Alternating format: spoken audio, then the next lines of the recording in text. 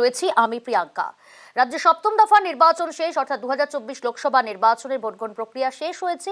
কিন্তু এই ভোটগ্রহণ প্রক্রিয়া শেষ হতেই বিরোধী সহ প্রত্যেকটি রাজনৈতিক দল তারা কিন্তু এই অভিযোগ করেছিল এই রাজ্যে ছাপ্পা ভোট, বুথ জ্যাম এবং এজেন্টদের বসতে দেওয়া হয়নি, তাই বেশ কয়েকটি বুথে প্রায় 450 বুথে পুনর্নির্বাচন করতে হবে এই দাবি তুলেছিল এবং এই অভিযোগ করেছিল কমিশনে। কিন্তু এ রাজ্যে বিরোধীদের সেই অভিযোগে গুরুত্ব দিল না নির্বাচন কমিশন। এ রাজ্যে প্রায় 450 বুথেই সেখানে যে অভিযোগ করা হয়েছিল বিজেপি সহ বিরোধী দলগুলোর তরফ থেকে, সেই অভিযোগেই গুরুত্ব দিল না নির্বাচন কমিশন। এবারই সব থেকে কম বুথেই পুনর্নির্বাচন, 24-এর ভোটে নজিরবিহীন কম রিপোল, সাংবাদিক বৈঠকে জানালেন মুখ্য নির্বাচন কমিশনার। আর কি বললেন জানাবে, আমাদের সঙ্গে সরাসরি রয়েছে আমাদের প্রতিনিধি মৈত্রেয়ী। নির্বাচন কমিশন সূত্রে কি খবর? মুখ্য নির্বাচন কমিশনার রাজীব কুমার ঠিক কি বললেন এই বিষয়ে?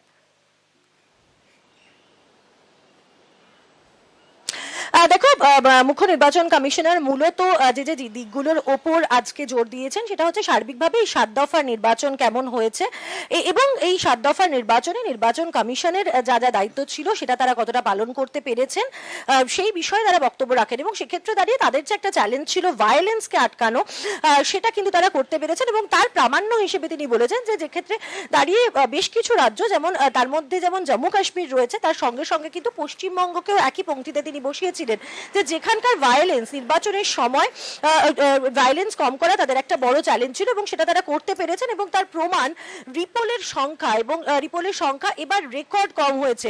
2019 সালে যেখানে দেখা গেছিল প্রায় 540টি কেন্দ্রে 540টি বুথে রিপোল করতে হয়েছিল, এবার সেখানে মাত্র 39টি বুথে রিপোল হচ্ছে। এবং আজকে বাংলার মাত্র 2টি বুথে রিপোল করা হচ্ছে। ফলে সেই জায়গায় দাঁড়িয়ে বিরোধীদের যে দাবি ছিল যে প্রায় 450 বুথে তারা রিপোল চেয়েছিলেন, সেই দাবিকে কিন্তু কার্যত খারিজ করে দেন মুখ্য নির্বাচন কমিশনার রাজীব কুমার। এবং তিনি একটা জিনিস বলেন যে অনেক ক্ষেত্রে তাদের কাছে একাধিক অভিযোগ এসে পৌঁছেছে, কিন্তু প্রত্যেকটি অভিযোগের ক্ষেত্রে প্রামাণ্য তারা পাননি হাতে, এবং সেই কারণেই সেই সমস্ত প্রামাণ্য না পাওয়ার কারণে সেই সমস্ত অভিযোগকে গুরুত্ব দেওয়া হয়নি কমিশনের তরফ থেকে। প্রিয়াঙ্কা, বেশ, সঙ্গে থাকো মৈত্রেয়ী। মুখ্য নির্বাচন কমিশনার রাজীব কুমার কি জানিয়েছেন শুনুন।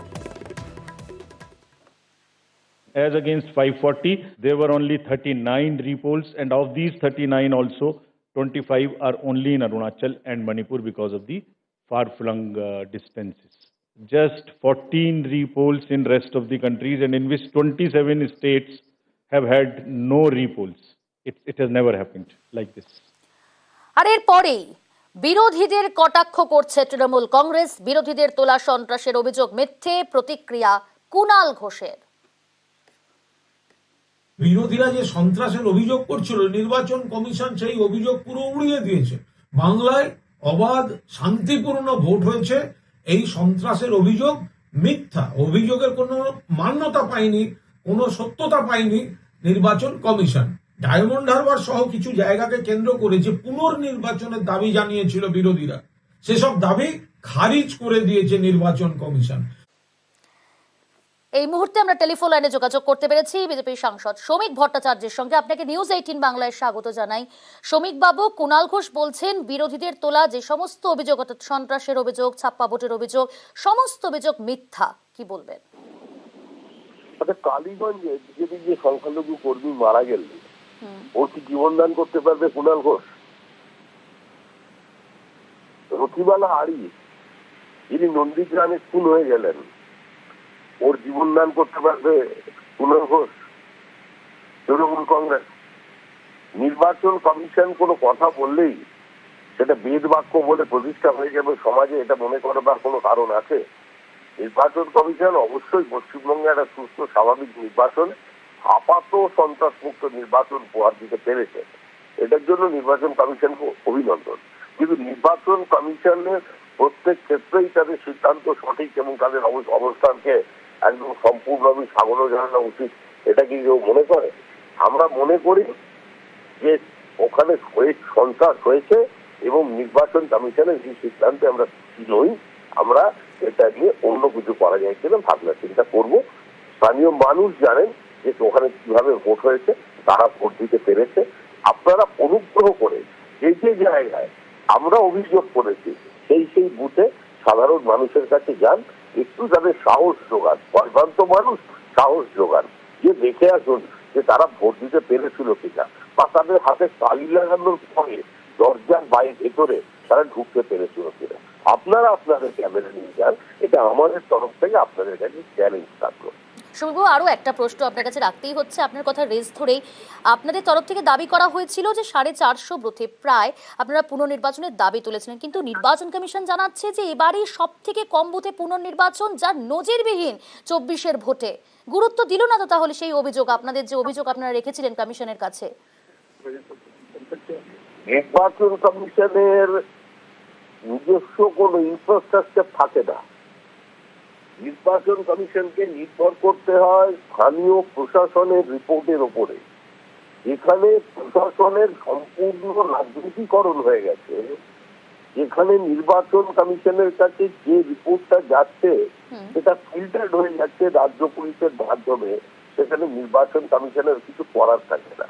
যেভাবে কোর্টে বিচারপতি যে বিচার করেন, তিনি করেন নথির ভিত্তিতে, তিনি করেন নির্দিষ্ট সাক্ষ্য প্রমাণাদির ভিত্তিতে, কিন্তু যদি সেটাকেই বিকৃত করে দেওয়া যায় তাহলে কার্যত বহু জায়গায় নির্বাচন কমিশন হেল্পলেস হয়ে যায়। এই জন্যই আমরা পশ্চিমবঙ্গের নির্বাচনের ক্ষেত্রে ভবিষ্যতে এসওপি নিয়ে আসার দাবি করছি। সারা ভারতবর্ষে যে নির্বাচনের চিত্র, সেই নির্বাচনের চিত্রের সঙ্গে পশ্চিমবঙ্গের যে নির্বাচনের চিত্র সেটা মেলে? আপনি বলুন তো, সারা ভারতবর্ষে যে নির্বাচন হয়েছে, আপনাদের এই যে চ্যানেল থেকে আপনি ফোন করেছেন নিউজ 18, আপনাদের হাউসের সারা দেশ জুড়ে আপনাদের চ্যানেল আছে, আপনি বলুন নিউজ 18-এর কোনো সাংবাদিক জড়িত হয়েছেন গত 1 বছরের মধ্যে? বিজেপির কোনো শাসক দল, যেখানে যেখানে বিজেপি শাসক দলের ক্ষমতায় আছে, এমনকি যেখানে অবিজেপি শাসিত রাজ্য আছে, সেখানে গত 1 বছরের মধ্যে কোনো নিউজ 18-এর সাংবাদিক মার খেয়েছেন কিনা, কোনো ক্যামেরা পার্সনের থেকে ক্যামেরা কেড়ে নেওয়া হয়েছে কিনা, তার ভিডিও ফুটেজের জন্য তার ক্যাসেট বার করে দেওয়া হয়েছে কিনা, এবং ক্যামেরা ভাঙচুর হয়েছে কিনা, আপনি সারা দেশের একটা উদাহরণ নিয়ে আসবেন আমার সামনে, তারপর আমি এই নিয়ে প্রতিক্রিয়া দেব। অনেক ধন্যবাদ সমীক বাবু। কথা বলছিলাম বিজেপি সাংসদ সমীক ভট্টাচার্যের সঙ্গে। ভোটের সময় অশান্তি কম হয়েছে, তবে কমিশনের আরো সতর্ক থাকা উচিত ছিল, প্রতিক্রিয়া দিয়েছেন সিপিএম নেতা সুজন চক্রবর্তী। ভোটের সময়ের হিংসা, অশান্তি, মারামারি, খুন সেগুলো অনেকটাই কম থেকেছে, বা নির্বাচনে যেভাবে বুথ দখল করে লুট করা হয় সেই সুযোগ ততটা পেয়েছে তা না, অনেকটা কমেছে। গত পঞ্চায়েত নির্বাচন, পুর নির্বাচন সহ নানান ঘটনা, 21-এর নির্বাচন, 19-এর নির্বাচন, এই ঘটনাগুলো থেকে ওদের একটু সতর্ক হওয়া উচিত ছিল বলে আমি মনে করি। বঙ্গে আজ ফের ভোটের পরেও ভোট রয়েছে, তবে মথুরাপুর এবং বারাসাতের কদম্বগাছি দুটি বুথে পুনর্নির্বাচন হচ্ছে। এই খবর এবং আপডেট নিয়ে ফিরছি, সময় হয়েছে বিরতির, সঙ্গে থাকবেন।